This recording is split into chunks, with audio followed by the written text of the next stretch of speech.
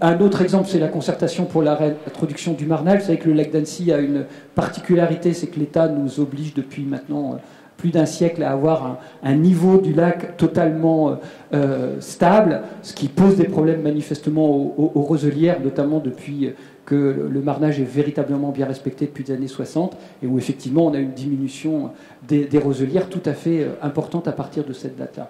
C'est la rénovation des débarcadères, c'est la voie verte, c'est la piste cyclable autour du lac, c'est le cheminement piétonnier autour du lac. On a là aussi une phase de concertation importante avec les communes, mais aussi avec les associations de randonneurs, etc., pour définir quel était le bon tracé, celui que les gens allaient le plus apprécier, etc. Et puis, dernier élément, c'est des groupes de travail, c'est-à-dire on s'est vite rendu compte qu'il y avait des points sur lesquels tout le monde n'était pas intéressé, mais qui étaient extrêmement conflictuels, c'est-à-dire là-dessus, ça se cristallisait énormément. Et donc, on a monté plusieurs groupes de travail. Juste vous en donner un exemple très concret, c'était le wakesurf. Le jet ski est interdit à Annecy. Le wakesurf, quand il y a eu le règlement de navigation, personne ne savait que ça allait un jour exister, ce machin. L'imagination humaine n'a pas de limite. Et donc, on a découvert ce truc qui a fait immédiatement bondir les pêcheurs parce que la vague est importante. Ce sont des bateaux assez lourds en plus, donc des puissances auxquelles on n'est pas forcément très enthousiaste. Donc c'était le sujet de polémique manifeste. Donc on a créé un groupe de travail là-dessus, très concrètement les pros et les antis, on met tout le monde ensemble et on voit comment ça se passe. Y compris sur le terrain, c'est-à-dire qu'on a emmené les pêcheurs sur les bateaux de wakesurf pour voir comment ça faisait la vague, très concrètement, quelle était la hauteur, comment ça se faisait, etc. Tout ça pour effectivement aboutir à des solutions communes, tout simplement parce que tout le monde a convenu que la vague était très importante, mais qu'elle avait une distance, c'est-à-dire de, je sais pas, vous voyez, pour qu'elle tombe, qui était relativement faible. Et donc on est arrivé à un consensus avec une expérimentation au cours de l'été 2010, une adoption définitive en 2011, une règle de bonne conduite qui a été adoptée par tous les intervenants, et puis une définition de zone de pratique du wakesurf qui permettait effectivement de satisfaire tout le monde. Ça ne gênait pas les pêcheurs ni les gens qui font du kayak ou de l'aviron surtout, et puis surtout l'interdiction de sonorisation. Donc là-dessus, avec les professionnels qui étaient les plus demandeurs sur le wakesurf et les gens que ça gênait le plus, on a trouvé une solution assez facile. Deuxième élément, c'est les mouillages écologiques. On avait par rapport à ça, dans l'analyse, j'allais dire, de la sensibilité de l'écosystème du lac, un problème que vous devez rencontrer de la même manière concernant les mouillages traditionnels et notamment les corps morts. Le ratissage autour du corps mort du fond du lac, et effectivement, comment on pouvait faire expérimenter des choses qui se faisaient en mer, qui se faisaient pas trop au niveau des lacs. Et donc on a travaillé ensemble avec les pêcheurs, les plongeurs, les riverains, les loueurs de bateaux, etc., pour essayer d'avoir des solutions qui soient les moins impactantes et les plus favorables aux herbiers. Donc on a rédigé à partir de là un guide technique en 2012 pour donner des indications sur les méthodes techniques qui permettaient de protéger les herbiers. Ça a donné lieu à 7 plaquettes.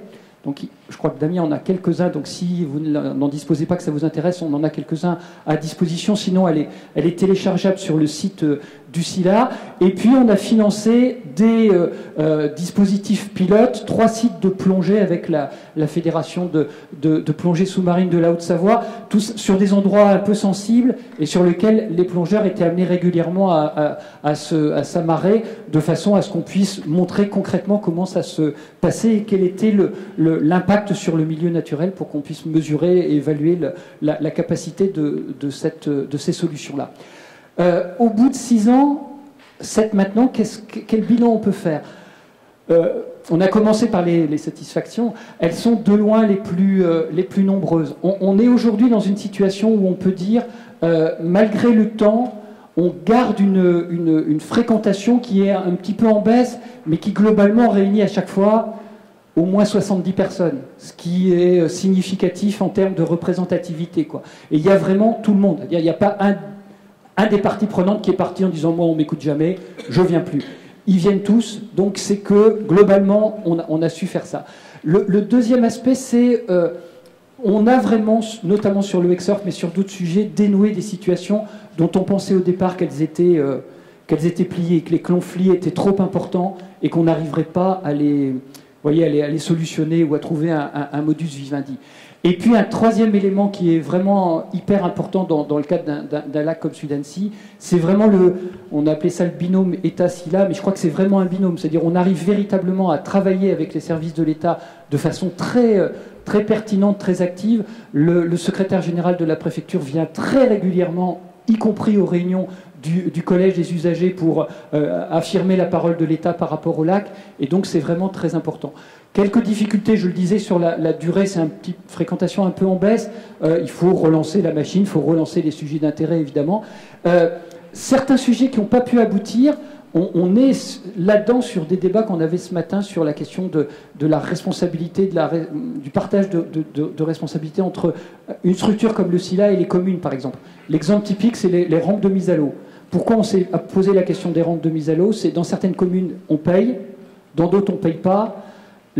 Beaucoup de gens nous avaient dit, attention, dans les ballasts des bateaux, on ramène des choses qui ne sont pas forcément très positives pour le lac. On peut ramener effectivement, avec les effets du réchauffement climatique, des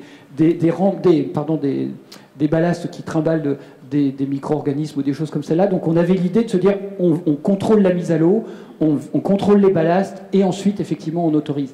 Ça n'a pas pu se faire parce que les communes n'étaient pas d'accord. On avait vraiment des communes pour, des communes totalement contre, et donc on n'a pas pu aller plus loin, en tout cas pour le moment. Et puis un point sur lequel on est en blocage aujourd'hui, c'est clairement le sujet du marnage, donc du rétablissement d'un marnage artificiel sur le lac, sur lequel il y a vraiment des désaccords entre les communes sur l'efficacité ou non de ce marnage. Et puis un dernier point qui nous pose une question sur laquelle on ne sait pas aujourd'hui répondre, c'est comment on associe le grand public. Là, on est entre des représentants organisés de la société civile. Les associations, les gens qui professionnellement y voient un intérêt parce qu'ils sont loueurs de bateaux, ils se disent « moi le marnage, j'en veux surtout pas », etc. Le citoyen lui-même, comment on l'associe, comment on fait remonter cette parole-là, aujourd'hui on ne sait pas le faire, très concrètement. Et donc c'est une question qu'on se pose, mais en se disant « je ne sais pas le traiter », et je ne vais pas ramener au milieu d'acteurs institutionnels des citoyens à titre individuel. Donc voilà le bilan après 6 ans. Ça donne lieu très concrètement tous les ans à cette journée Lac en partage, qui est un peu la vitrine de ce travail en commun. C'est-à-dire toutes les associations du lac, les communes, etc., on tourne sur le lac, et tous les ans, il y a une manifestation qui met en valeur tous ces acteurs du lac, quels qu'ils soient, sur leur réalisation. Et puis juste un dernier mot, ce qu'on ne peut pas mesurer, qu'on ne peut pas mettre dans le transparent comme ça, c'est comment ça génère aussi des tas de... Alors vous voyez, par rapport au petit schéma que vous faisiez, c'était le schéma du bas. La multiplication de réseaux. C'est-à-dire le fait de mettre en relation les pêcheurs, les associations de protection de la nature et puis je ne sais pas qui, dans une structure commune, évidemment ils ne sont pas tout à fait bêtes et ils se parlent, même si on ne leur donne pas l'autorisation de se parler et qu'on est à la tribune et qu'on leur dit ça va être comme ça. La vie, elle fonctionne aussi de façon horizontale. Et on se rend compte très rapidement qu'il y a des relations qui se créent entre les pêcheurs amateurs, les pêcheurs professionnels, les pêcheurs et les associations de protection de la nature sur des sujets qui leur tiennent à cœur et qui font vivre vraiment cette démocratie. Et ça, c'est véritablement passionnant. On réfléchit aujourd'hui sur la mobilité électrique sur le lac grâce à ça, grâce au fait que les pêcheurs sont demandeurs, que les associations de protection de la nature soutiennent, que les loueurs de bateaux commencent à se poser la question. Et ça, c'est des retombées induites de ce travail-là.